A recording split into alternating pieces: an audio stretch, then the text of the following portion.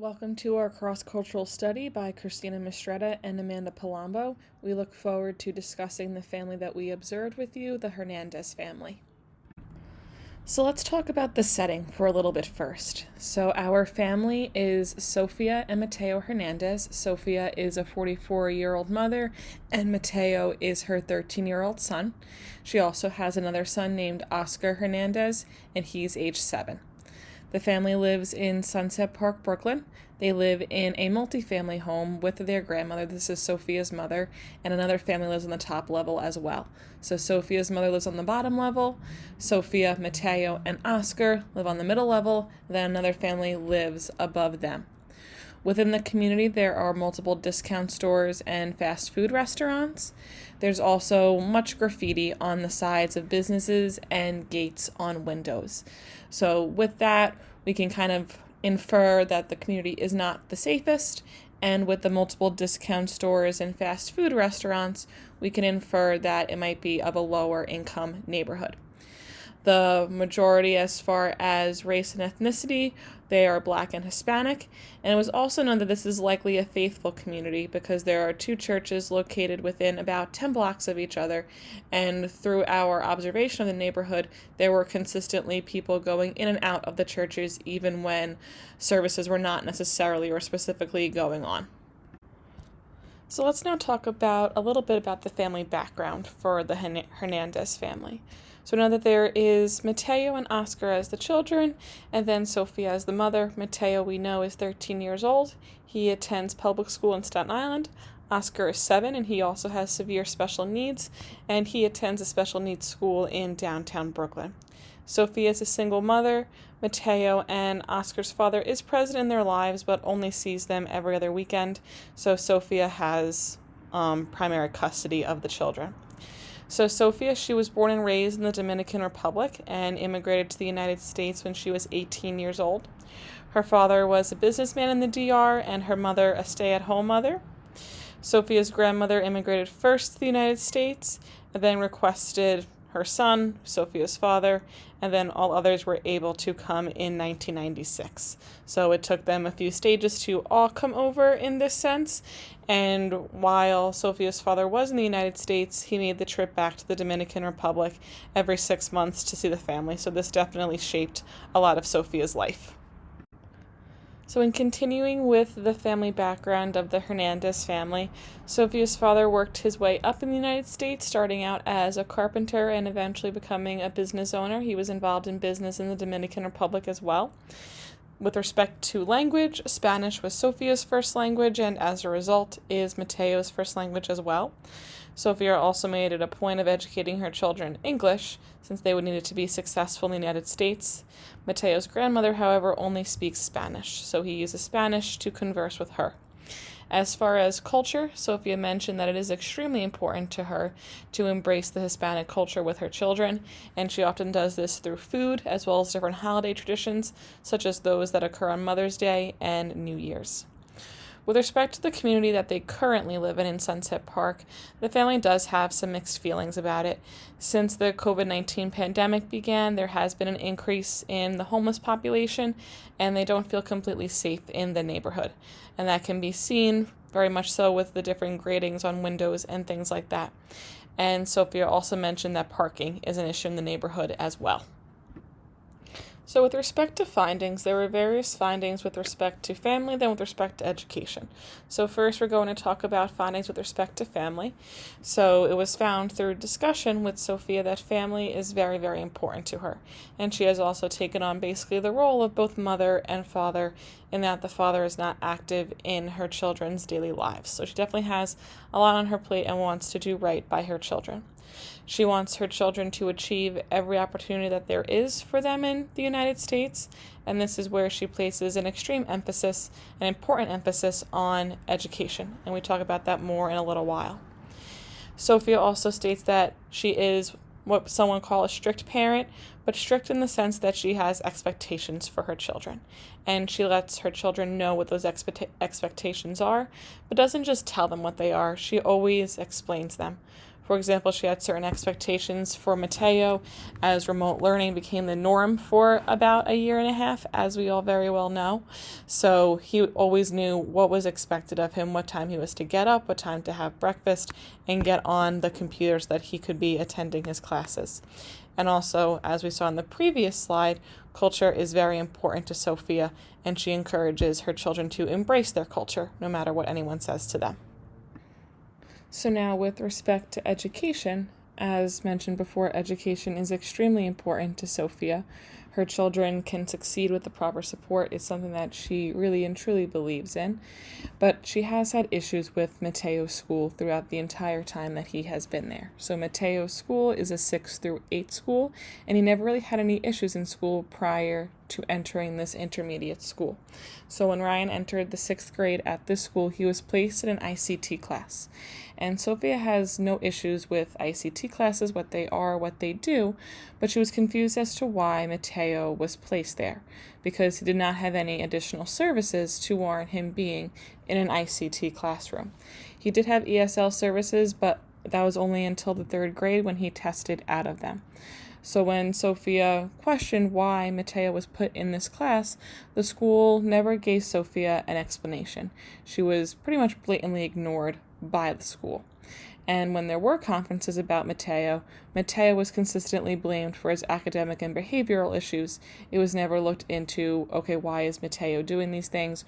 Why is this going on?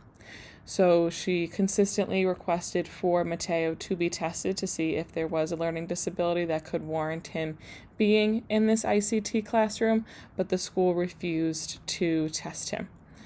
So there was eventually an offer to move Mateo out of this ICT class at the end of his 7th grade year. So she went through 2 years of fighting, and through that fighting, Sophia had to seek out her own behavioral specialist and neurologist to help with documentation and testing, and then the school finally offered the testing, which revealed that Mateo had a high IQ, which did not warrant him being in the ICT class. Through testing by the neurologist, it was discovered that he has ADHD of a combined form. But again, having that does not warrant him being in an ICT classroom. There are some accommodations that were recommended for him, but it's also recommended that he is in a different class, something more challenging and more stimulating. Analysis. We believe Sophia and Mateo were faced with discrimination through deficit thinking and microaggression at his school because of their appearance, their L1, and ultimately their race. Although deficit thinking can be intentional, it's usually unintentional and done in the subconscious mind due to microaggressions. We believe Mateo was inappropriately placed in an ICT setting due to discrimination simply because he is bilingual and Hispanic. Conclusion. The Hernandez family seemed to lead a viable and productive life.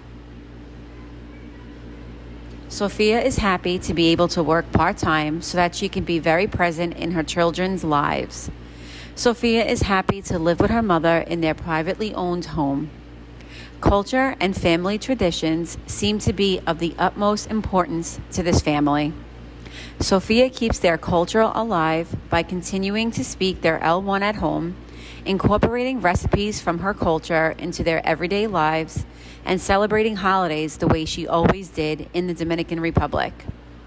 Despite the struggle and discrimination that Mateo and Sophia faced at Mateo's school for the past 2 years, they persevered and succeeded in their fight to get Mateo placed in the correct classroom setting. Recommendations. We recommend that the Hernandez family continue speaking in Spanish and English at home. Sophia should develop a relationship with Mateo's teacher and school by utilizing the parent-teacher talk time.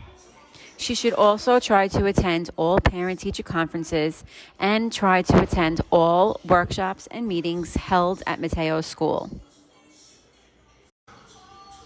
Recommendations continued.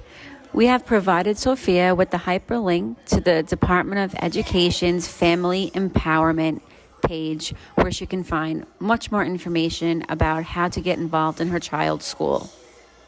Also, Matea's teachers should use culturally responsive teaching to engage Mateo into work that is meaningful to him.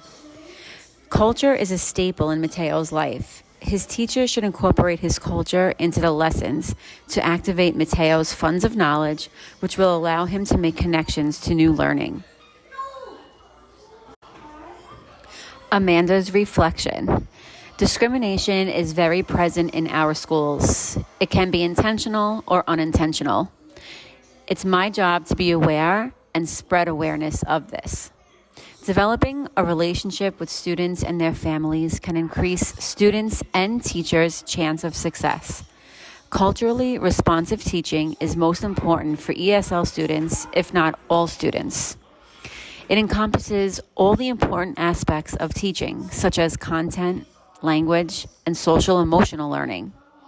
Students come with funds of knowledge that teachers should use as a resource in their classroom to allow students to use their prior knowledge to make connections to new learning.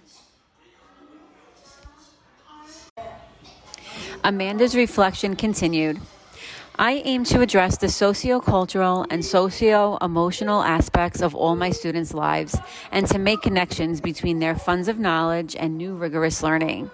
It's imperative as teachers that we change the biased design that is primarily geared towards the mere success of white students in our increasingly culturally diverse classrooms.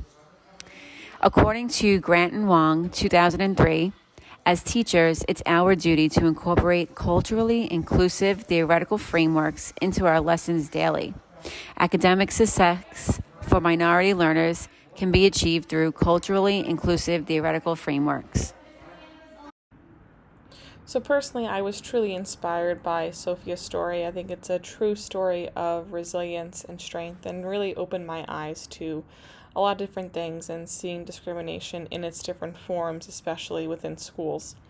I was also really amazed at the openness of Sophia and Mateo. They were actually very excited to share Sophia's story of immigration because she feels it can bring awareness and raise awareness to one of so many issues that ties in with immigration. Anything that she can do to spread this awareness, she wants to do.